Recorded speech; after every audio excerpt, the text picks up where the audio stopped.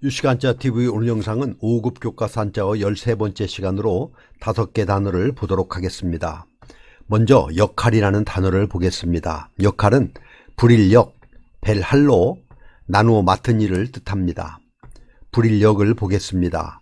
불일역은 조금거를 척과 창수가 합쳐진 글자입니다. 각골문을 보면 왼쪽은 조금거를 척이 아니라 사람 인이 그려져 있습니다. 창수는 각골문을 보면 이렇습니다. 손에 창을 들고 있는 모습입니다. 그래서 치다, 때리다의 의미를 가지고 있습니다. 그래서 불일역은 사람인이 변한 조금거를 척과 창수가 합쳐져서 창을 들고 노예를 부리듯 일을 시키는 모습을 그린 글자입니다. 그래서 불일역은 부리다, 일을 시키다 라는 뜻이 있습니다. 나눌 할을 보겠습니다. 나눌 할은 해할 해와 칼도의 결합자입니다.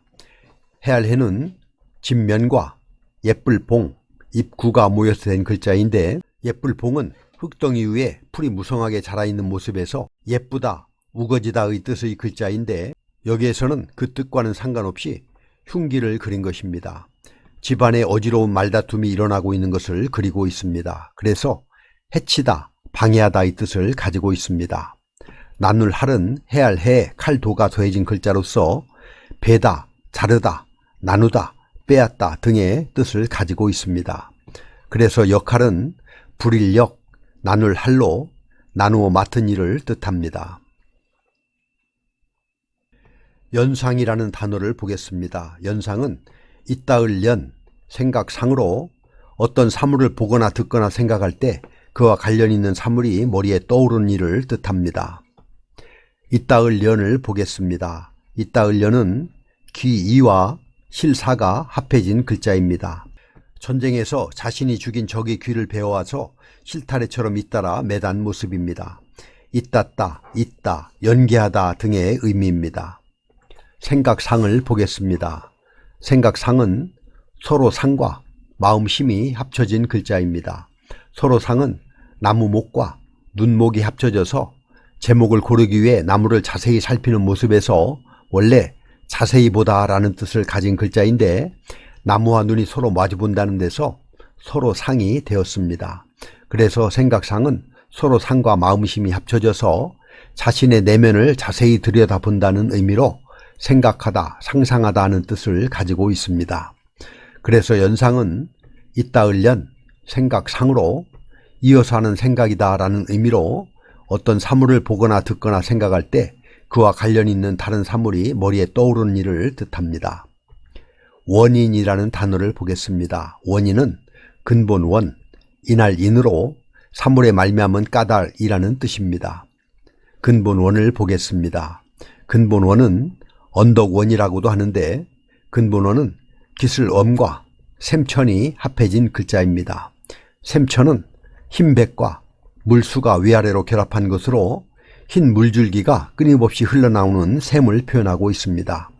샘천의 언덕을 뜻하는 기슬엄이 더해진 근본 원은 언덕에 갈라진 틈 사이로 샘이 흘러나오는 곳이 물의 근원이다 라는 의미입니다.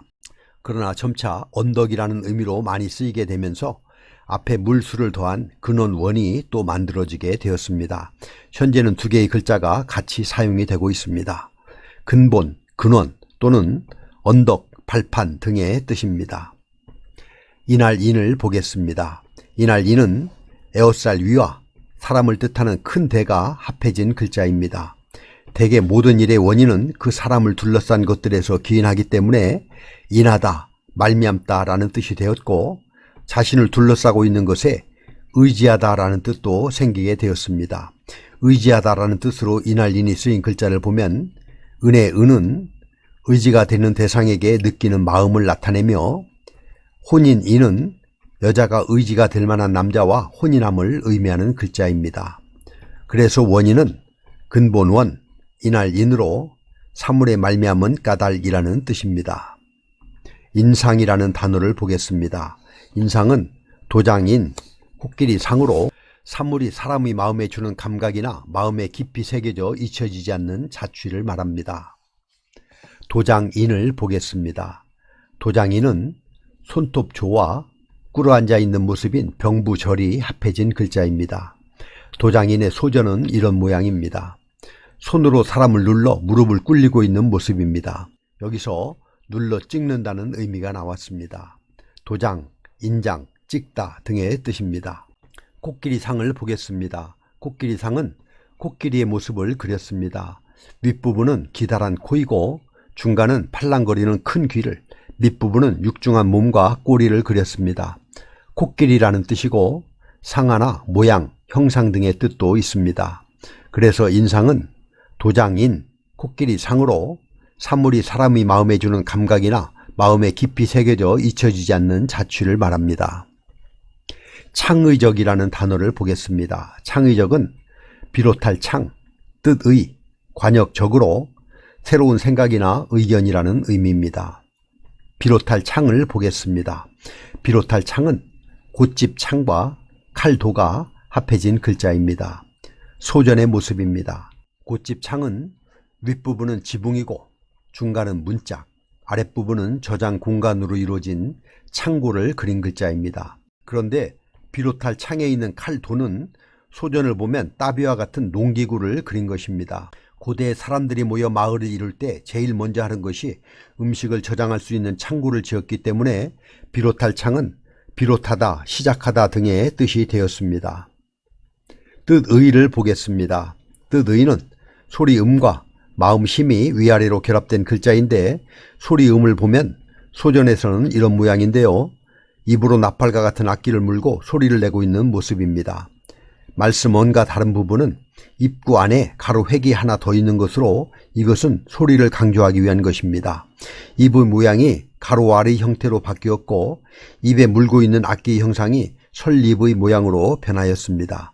소리라는 뜻을 나타내는 글자입니다. 마음심은 심장을 그린 글자로 마음이나 심장, 중심의 뜻을 가지고 있습니다.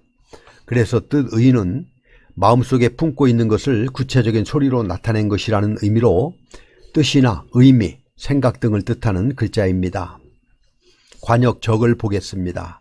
관역적은 흰백과 구기작의 합자입니다. 흰백은 희다라는 뜻 외에 분명하다, 명확하다라는 뜻도 가지고 있습니다. 구기작은 손잡이가 달린 국자 모양의 도구를 그린 것인데 국자나 잔, 바가지를 의미합니다.